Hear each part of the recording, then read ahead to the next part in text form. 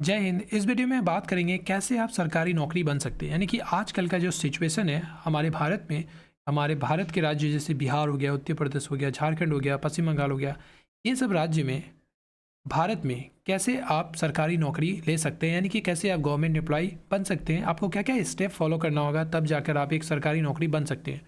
देखिए, सबसे पहले आपको तो वीडियो को स्पीड में देखिएगा ताकि आपका कीमती समय बचे। देखिए, सबसे पहले क्या है कि आपको सबसे पहला स्टेप क्या करना होगा, 1 से लेकर, अभी प्राइवेट स्कूल में तो आपको एलकेजी यूकेजी एंड जो भी होता है, लेकिन आपको कम से कम 12th करना होगा। ठीक है, 12th करने के बाद 10th करने के बाद बहुत सारे ऐसे जॉब होता है जिससे आप एलिजिबल हो जाते हैं। तो चलिए मान लेते हैं, एक रफ सा आइडिया लेके ग्रेजुएशन करना होगा। सबसे पहले तो आप ग्रेजुएशन करते हैं।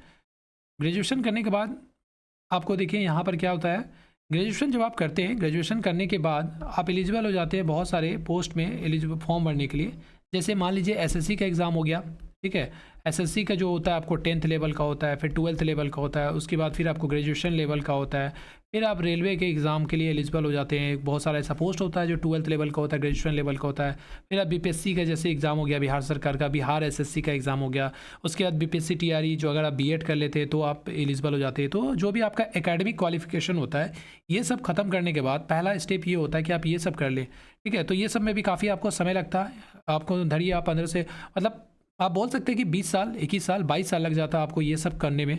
ये सब करने के बाद फिर आपका नेक्स्ट स्टेप आता है, आप डिसीजन लेते हैं तैयारी का। यानी कि आपको करना पड़ता है तैयारी। जैसे मान लीजिए कोई भी एग्ज़ाम पे फोकस की, जैसे मान लीजिए आपको रेलवे का या फिर एसएससी का, ठीक है, एसएससी का या फिर जो भी बोल लीजिए बिहार एसएससी का, इस तरह का एग्ज़ाम का आप डिसीजन ले लिए कि अब हमको तैयारी करना है। तो आपका सेकेंड स्टेप क्या होता है, तैयारी आप शुरू कर देते हैं। तैयारी शुरू करने के बाद आपको कुछ साल जब बीतता है, 1 साल, 2 साल, 3 साल, तब आपको पता चलता है कि अरे वैकेंसी तो आ ही नहीं रहा है। तो फिर आप क्या करते हैं, ट्विटर कैंपेन करते हैं। फिर आप लोग आवाज़ उठाते हैं, फिर कुछ शिक्षक लोग मिल के आवाज़ उठाता है, तो फिर होता है ट्विटर कैंपिंग। ठीक है, ट्विटर कैंपिंग करना पड़ता है क्योंकि आप अब सड़कों पर आंदोलन नहीं कर सकते हैं। ठीक है, करना भी नहीं चाहिए। जो हिंसापूर्ण आंदोलन है उसके खिलाफ तो मैं भी हूँ और बहुत सारे शिक्षक भी हैं। तो आप शांतिपूर्ण ट्विटर कैंपेन करते हैं कि हाँ वैकेंसी दे दो, चाहे वो रेल में हो या एसएससी में हो, चाहे फिर बिहार एसएससी का हो, चाहे फिर कोई भी जो एग्ज़ाम हो। ट्विटर कैंपेन करने के बाद फिर आपका देखिए तैयारी भी चल रहा होता है इस दौरान।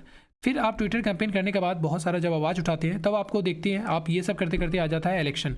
जब इलेक्शन आता है तब आपको जो है सरकार जो है अपने हिसाब से, आपके नीट के हिसाब से नहीं, छात्रों के नीट के हिसाब से नहीं, बेरोजगारी बढ़ते दर को देखते हुए नहीं, वो अपने चुनावी मुद्दा को फ़ायदा उठाते हुए, इलेक्शन को ध्यान में रखते हुए वैकेंसी रिलीज़ करती है। ठीक है, वैकेंसी अनाउंस करती है कि चलो ठीक है इतना वैकेंसी आ गया है। उसके बाद फिर आप तैयारी अभी भी कर रहे हैं, उसके बाद वैकेंसी आता है तो फिर आपको डेट के लिए, एग्जामिनेशन डेट के लिए, या फिर आप ट्विटर कैंपेन करते हैं एग्जामिनेशन डेट दे दे सरकार, क्योंकि वो तो वैकेंसी निकाली, फॉर्म फिल हुआ, उसके बाद इलेक्शन खत्म हुआ, फिर वैकेंसी, फिर तो फिर आपको फिर ट्विटर कैंपेन करना होगा ना, क्योंकि आप हिंसापूर्ण आंदोलन सड़क पे उतर के नहीं कर सकते। फिर आपको एग्ज़ाम डेट लेने के लिए ट्विटर कैंपेन करना होता है। ट्विटर कैंपेन करने के बाद फिर जो आपको पता चलता है चलो ठीक है एक बार फिर से एग्ज़ाम डेट आ गया, एग्ज़ाम फिर भी आपका तैयारी चल रहा है, एग्ज़ाम डेट आता है, फिर आप देखते हैं कि आप एग्ज़ाम देते हैं। एग्ज़ाम देने के बाद फिर आपको रिज़ल्ट के लिए ट्विटर कैंपेन करना पड़ता है कि रिज़ल्ट जारी करो। फिर रिज़ल्ट आता है तो फिर रिज़ल्ट जारी करने के बाद पता चलता है कि रिज़ल्ट में कुछ गड़बड़ी हुआ है, या तो पेपर लीक हो गया या तो फिर आपको धांधली हुआ है। फिर आप चाहते हैं क्या कि फिर से री रिज़ल्ट है, उसके लिए फिर से आपको क्या करना पड़ता है, ट्विटर कैंपेन करना पड़ता है। ट्विटर कैंपेन करते हैं आप, ट्विटर कैंपेन करने के बाद फिर से पता चलता है चलो ठीक है सरकार ने रिज़ल्ट दिया है। ट्विटर कैंपेन करने के बाद पता चलता है सरकार फिर से रिज़ल्ट दिया है। उसके बाद फिर इसी तरह से कहीं ना कहीं आपको खबर मिल जाता है कि पेपर लीक हो गया, ये जो एग्ज़ाम आप दे के आए वो पेपर लीक हो गया है।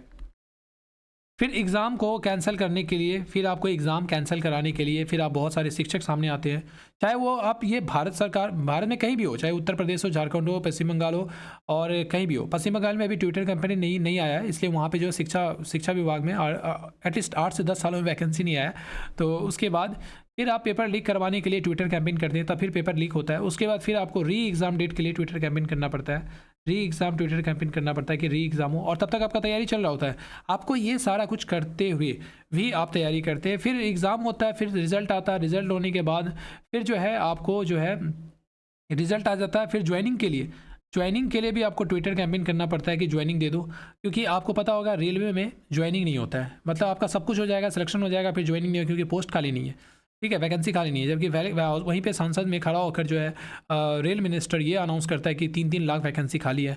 और भी बहुत सारा इलेक्शन ख़त्म, जब इलेक्शन करीब आता है तो आपको देखे होंगे बिहार में शिक्षा विभाग में लाखों लाख वैकेंसी आता है और 4 से 5 साल तक कोई भी वैकेंसी नहीं आता है। तो ये सब करते हैं, फिर ज्वाइनिंग आ जाता है। ज्वाइनिंग उसके बाद देखिए इतना सारा कुछ करने के बाद तब आपका सिलेक्शन होता है, तब आप बनते हैं एक भारत में सरकारी नौकरी। तो आपको सिर्फ तैयारी करने से नहीं होगा, आपको सिर्फ मेहनत करने से नहीं होगा। याद रखिएगा, अगर आप इसमें आते हैं, तैयारी अगर करते हैं एक सरकारी जॉब लेने के लिए, तो आपको ये सब प्रोसेस करना पड़ता है। ये सब प्रोसेस सिर्फ अभी तो आपको सुनने में अच्छा लग रहा होगा, ठीक है, बोलने में ज़्यादा मुझे फ़र्क नहीं पड़ रहा है, लेकिन हाँ, जब ये सब प्रोसेस आप करते हैं, ये तमाम चीज़ों को जब आप झेलते हैं तैयारी के दौरान, तब आपका पता चलता है कि आपको कितने मुश्किलों से तैयारी के साथ साथ आपको ये सब भी झेलते हुए एक सरकारी नौकरी मिलता है, सरकारी नौकरी। इसीलिए सरकारी नौकरी का कीमत आजकल बढ़ गया है, क्योंकि ये इलेक्शन बेस्ड हो गया है। ठीक है, इलेक्शन बेस्ड हो गया है, सिर्फ इलेक्शन के समय ही नौकरी आएगा और फिर आपको पेपर कैंसिल हो जाता है। आपको पता ही होगा क्या हो रहा है, चाहे वो उत्तर प्रदेश हो, चाहे बिहार हो, चाहे कहीं भी हो। तो ये सारा कुछ करना पड़ता है, ये सारा कुछ करके तब आप भारत में जो है एक सरकारी नौकरी पाते हैं। समझ में आया? चलिए ठीक है, देखिए ये था प्रॉब्लम, लेकिन इसका सॉल्यूशन क्या है? इसका सॉल्यूशन ये है कि मुझे लगता है पूरे भारत में एक छात्र संगठन बोल के भी होना चाहिए।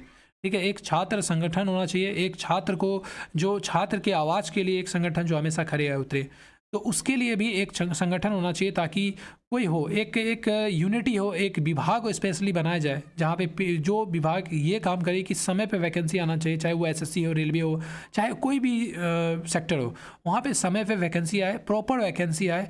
उसके बाद समय पे एग्ज़ाम हो, एग्ज़ाम कैलेंडर आए, जब जैसे अभी पता होगा एसएससी में एग्ज़ाम कैलेंडर आ गया है, तो रेलवे में भी एग्ज़ाम कैलेंडर आना चाहिए और समय पे वैकेंसी होना चाहिए। यहाँ पे सरकार का किसी भी तरह का हस्तक्षेप नहीं होना चाहिए। हस्तक्षेप इन द सेंस कि इलेक्शन बेस्ड वैकेंसी नहीं होना चाहिए, कि इलेक्शन के समय अनाउंस करके छात्रों को लुभा कर, युवाओं को लुभा कर किसी तरह वोट इकट्ठा करो, उसके बाद फिर से जाकर सो जाओ। तो ये सब बिल्कुल भी नहीं होना चाहिए। एकदम सब कुछ प्रॉपर होना चाहिए। जैसे आप यूपीएससी का एग्ज़ाम ले लीजिए, ये सबको बाहर रखते हुए यूपीएससी जो होता है एकदम समय पे एग्ज़ाम कंडक्ट होती है, और वहाँ पे जो है ना किसी भी तरह का इलेक्शन का दबाव नहीं होता है। ऐसा नहीं कि जब इलेक्शन आया तो वहाँ पे वैकेंसी आपको 50,000 कर दिया जाता है, इलेक्शन खत्म होता है तो वैकेंसी सीधा 500 कर दिया जाता है। एक प्रॉपर वैकेंसी आता है, चाहे वो 1,000 ही आए, चाहे वो 2,000 ही आए, लेकिन हर साल आता है, प्रॉपर टाइम पर एग्ज़ाम होता है, सब कुछ होता है, उसका पेपर भी लीक नहीं होता है, कैंसिल नहीं होता है। तो ये सब करके आप भारत में एक सरकारी नौकरी ले सकते हैं। बाकी आपका क्या राय है, आप कमेंट करके बिल्कुल बताइए। किसी भी तरह का डाउट है तो कमेंट कीजिए, और आपका राय क्या है, आप क्या चाहते हैं कि क्या सुधार हो। और इसमें मुझे लगता है कि एक विभाग बनाना चाहिए जो कि सिर्फ ये सब मामले को देखे, जो उसका अलग विभाग हो, उस पर सरकार का हस्तक्षेप बिल्कुल भी नहीं होना चाहिए। वो इलेक्शन बेस्ड वैकेंसी नहीं होना चाहिए, चाहे कहीं वो बिहार हो, चाहे वो राज्य हो, चाहे कहीं भी हो। Thank you so much for watching this video. God bless you all.